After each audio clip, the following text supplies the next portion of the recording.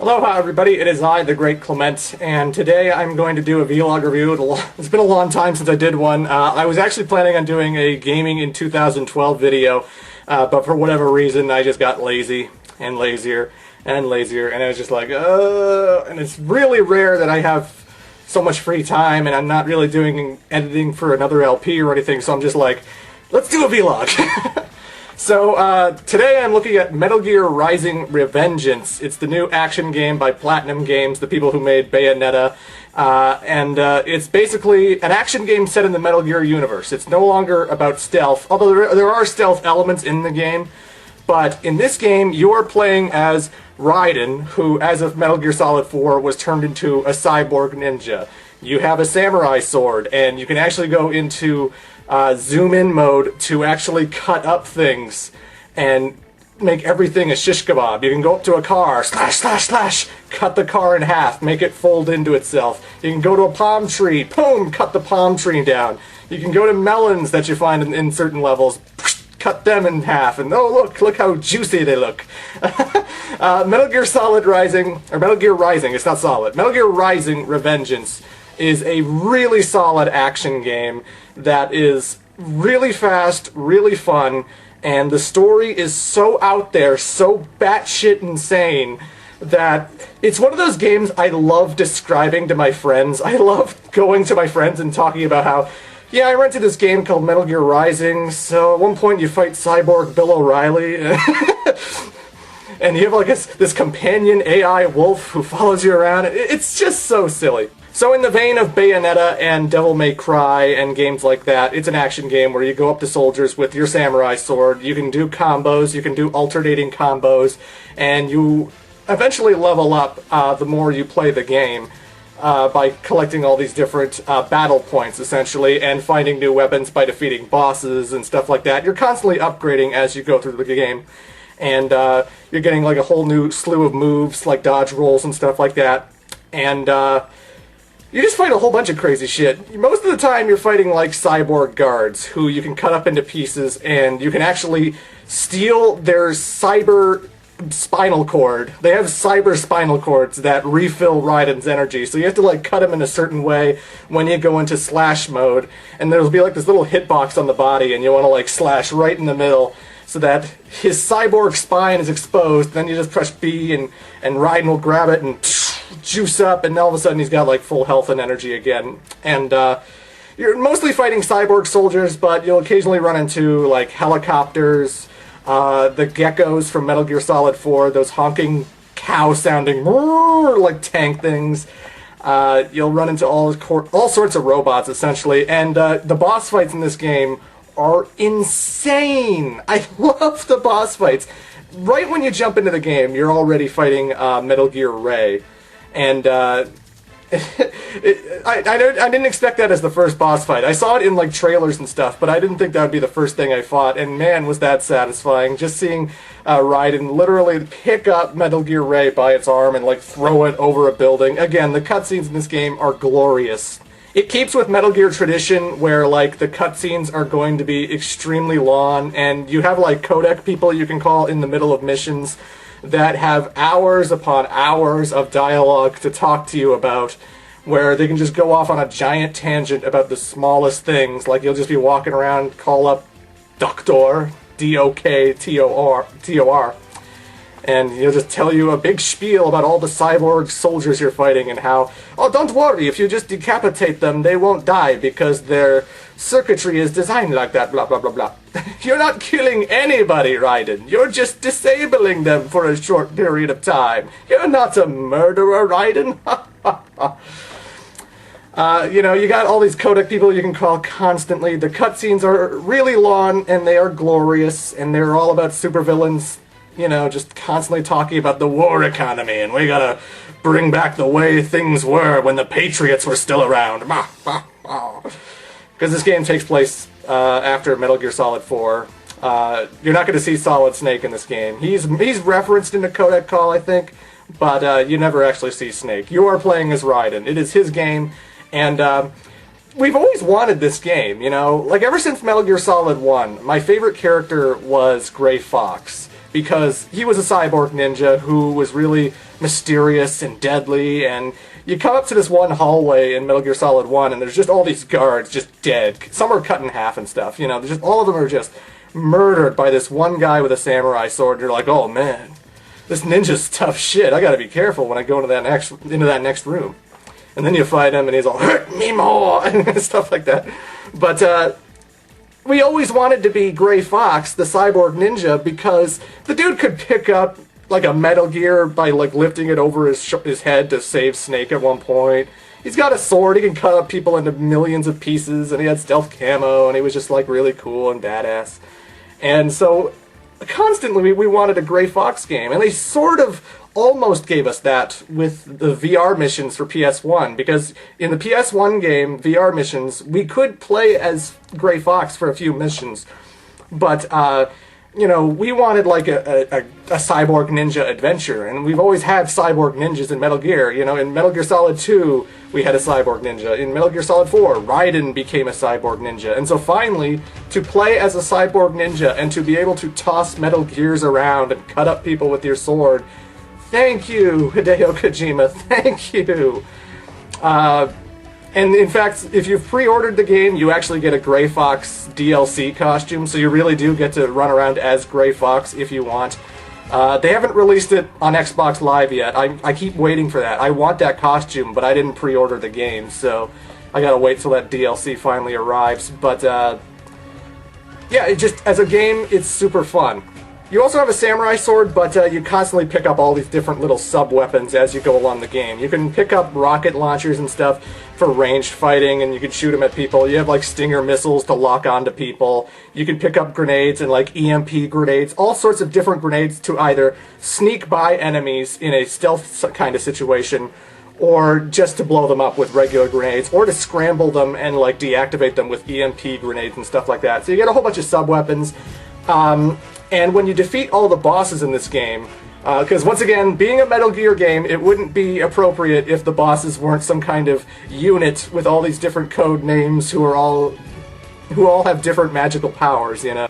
Like, the bosses are over the top. You got one boss who literally straps dwarf gecko arms onto her body. A dwarf gecko, if you've seen Metal Gear Solid 4, is basically this little black orb with like 3 arms, and she takes those arms off of those geckos, she uses one as like a bow staff, and then she attaches all the other arms into her back to look like Shiva or something, and just again, it's messed up. That character's name is Mistral. You got another guy, Monsoon, who can literally separate his body parts however he wants, so that when you slash him, his torso will just like split apart and the sword will miss completely, and he's crazy. You got this guy named Sundowner, who his whole boss fight is that he has like this shield in front of him, and you sort of have to like cut the shield in a certain way in order to expose the wires and cut those off and stuff like that. Really fun boss fights, all culminating with not only a duel against this swordsman named Jetstream Sam, but the most over-the-top, silly, hilarious, but also gloriously challenging final boss you will play in a while. I won't spoil it, but man, the final boss is so over the top, so crazy, and I had a lot of trouble with it at first because I had to like actually change my controls. What they do with the final boss is that at some point he throws like a giant piece of metal at you, and you have to cut it in a certain way in order to not only survive the attack, but also so that it will rain health power-ups, and that'll help you stay in the fight. But the thing is, they have the hitboxes like put in a certain way where you have to like move the right analog stick in an awkward way and push X, and so I had to like change the control type from type A to type B in order to survive that boss fight, because I couldn't really do it otherwise. But other than that, boss fight is glorious, and the final boss you will love to death. But as I was saying, after you beat these bosses, you actually get like sub-weapons. So like when you beat Mistral, you get her gecko arm bow staff thing that you can use to like beat up people with. When you defeat Monsoon, you get these sais that you can throw in like a ranged direction, so it's a great ranged weapon. And when you beat Sundowner, you get his 2 blades as well. So, you know, they have different weapons you can experiment with and upgrade. For every enemy you kill, for every item box that you find, you basically get battle points, and you upgrade them to enhance their strength, to enhance their energy, to enhance the defense that when you parry and stuff like that. And so it's a great character building thing. You can replay levels anytime you want. It all counts towards the same file, so if you want to go and start off in easy mode because challenging action games are not your thing, game will be easy, but, you know, those battle points will carry over to when you want to start playing normal mode or whatever. The soundtrack of this game, holy shit. The soundtrack of this game sort of reminds me of Crush 40 and Sonic, because, like, the reason I love the modern Sonic games, the reason the soundtracks always captured me in, like, modern Sonic games, was because I did not expect, like, heavy lyrical rock anthems from, like, Crush 40. I didn't expect, you know. So, when you go into Metal Gear Solid, Metal Gear Rising: Revengeance, every boss fight generally has a badass lyrical theme, and this soundtrack is so... It's not like any Metal Gear soundtrack you've ever heard, you know? It's not going to be like the dun dun dun dun dun dun dun, you know? It's not like the heart-pumping stealth war stuff you usually hear in Metal Gear. It's a lot of heavy rock and a lot of, like, screaming music and, like, we're gonna stop the dead, you know? I'm not even doing it justice. I would recommend looking up the soundtrack, especially the final boss theme, because the final boss theme is, again, glorious. But it is so fun fighting these bosses to this soundtrack. The soundtrack is awesome. I didn't expect that coming into this Metal Gear game. I mean, Metal Gear games have always had alright music, but Revengeance was just crazy. Revengeance was like Crush 40 over-the-top crazy when it came to music, and I loved that. I guess the two drawbacks of this game, for me, is going to be basically the parry system and the length. Now, the parry system, again, it's all depending on your gamer skills, and I could just suck at the game, but it doesn't matter. I still love the game, and I'm still recommending people buy it and stuff. I beat the game on normal mode. I didn't touch hard or very hard or Revengeance mode yet, but I beat the game on normal mode, and the final boss kicked my ass way more times than I'd like to admit. But the parry in this game, basically you have a parry feature that I still quite... I kind of understand it, but it still doesn't seem to work for me half the time. But what the general idea is, you have to flick the control stick in the direction that your enemy is attacking from. Like, if your enemy's, like, to the upright of you, you know, you want to push the control stick upright. And then, while pushing upright, you have to push the sword button, which could be X or it could be Y. It doesn't really matter what button you press. It just has to be a weapon move, right? So you push upright and X, and then Ryan will instantly go into, like, parry mode before the guy even hits him. And then he can deflect a hit, and if you do it right when the guy hits you, then you can sort of, like, break it and, like, counter and, like, get a few shots in on him. But if you do it too early, Raiden will be already posed and prepared, and he'll just deflect the shot. So you won't get damaged, but you won't interrupt his attack, basically. And I just think it's a little bit finicky to activate sometimes. Like, it seems like I'm just constantly pushing the control stick, like, up and down, up and down, up and down constantly, which is a little bit awkward to do. And even then, it doesn't always work half the time. And it always felt like when I pushed it at the same time, the two buttons, and he came at me from that certain direction, and I pushed the control stick in that direction, and I still didn't counter it or parry it, I was just sort of like, ah! And I would just get my ass kicked constantly because it's hard to parry. So I found most of the time I was actually jumping out of the way of attacks and running away and doing the dodge roll, which is also an awkward thing they don't tell you about in the tutorials at all. Like, you have to sort of learn that by going through the moves list, that you have to push, like, X and A at the same time while moving in a certain direction in order to dodge roll. I think it would have been a little bit better to do it with, like, the right analog stick or something like other action games have. It's just a little bit awkward in that sense, but, you know, I know people have gotten S ranks on the hardest difficulty, no problem, and this game will definitely test your challenge skills. Again, I had trouble on normal mode. Game gets much harder on hard, very hard, Revengeance mode. If you're looking for a Devil May Cry, Bayonetta type experience, you will get it.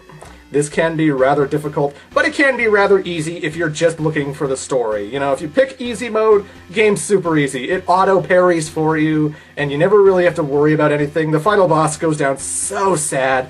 And but so if you're just looking for the story, if you just want to see the wacky cutscenes, you can put it on easy mode, and you will be able to beat it, you know.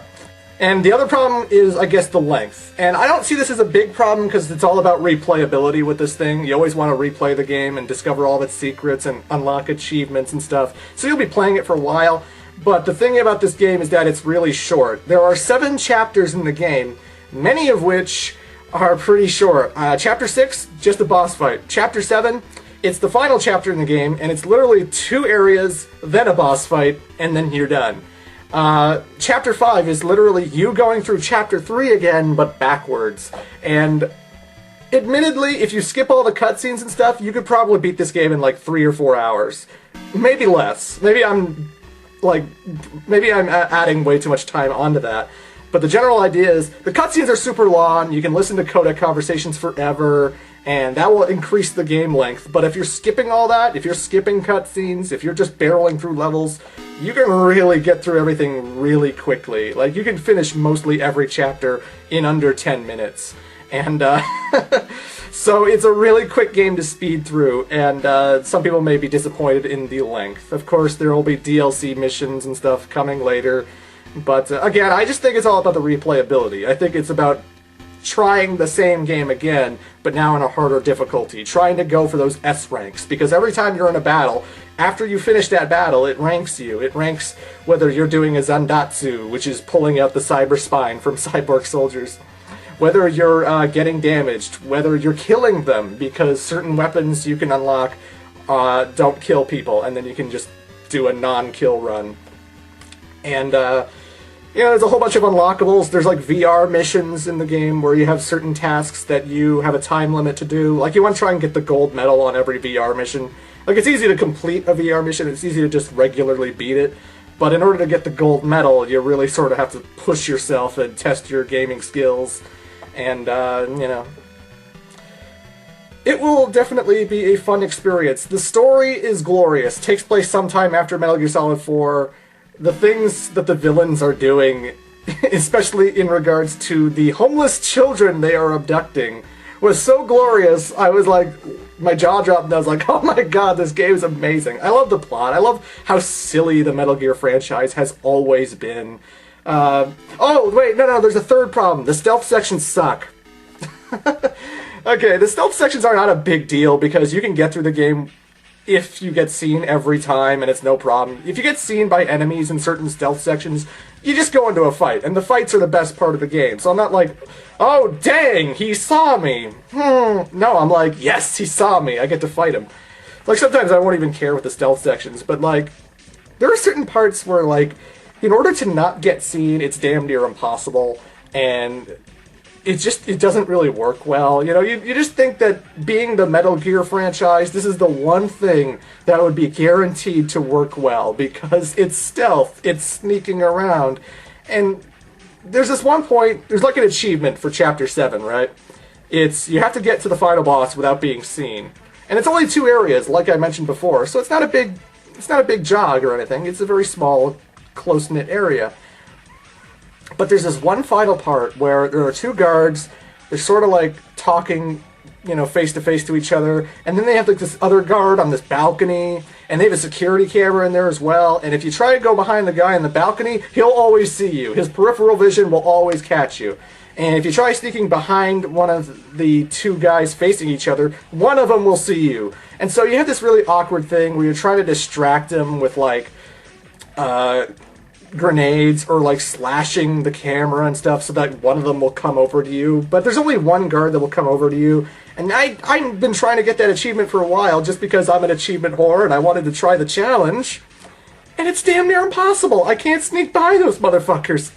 There's so many situations in this game that it's possible to sneak by everything. You know, you get the cardboard boxes and the barrel drums and stuff, so you can sneak around in your box and stuff, but you know, it's just, This is primarily a stealth series. The Metal Gear franchise has always been known for stealth. Why are some of these stealth sections so awkward to handle? I don't know. Especially like the stealth VR missions. I had way too much trouble with those because it just seemed like it was really cumbersome in order to not be seen by enemies. It seemed like I had to throw way too many grenades or way too many magazines in order to get by enemies, and It's not a big deal. It's not a huge problem. This is like a nitpick of mine. I will admit that I nitpick every now and then, but I'm just saying, stealth is not... There are stealth sections in this game, although if you get seen, it's not the end of the world. You just go into fights, and they're there, but they don't work as well, and blah, blah, blah, blah. Anywho, all I'm really saying is that Metal Gear Solid... I keep calling it that. Metal Gear Rising: Revengeance is a fantastic action game. If you love Devil May Cry, if you love Bayonetta, I think you will like this one. It will take a little getting used to because of the parry system, but if you spend the time into it trying to S-rank everything on the harder difficulties, I'm sure you're going to find a very satisfying experience. Soundtrack rocks, cutscenes are glorious, the bosses are hilarious, the dialogue is pretty corny at times, but I love it. It's Metal Gear, you know. It wouldn't be Metal Gear if it wasn't cheesy and ridiculous and over the top as all hell. This series has never taken itself seriously, and I just love it to death for that. So, Metal Gear Rising: Revengeance, solid game. I would recommend it. It is great. Pick it up. And yeah, I am the Great Clement. It has been fun. Toodles.